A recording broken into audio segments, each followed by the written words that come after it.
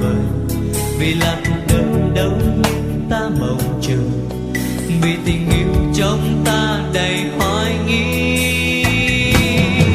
Tình là giọt nắng thấm những ánh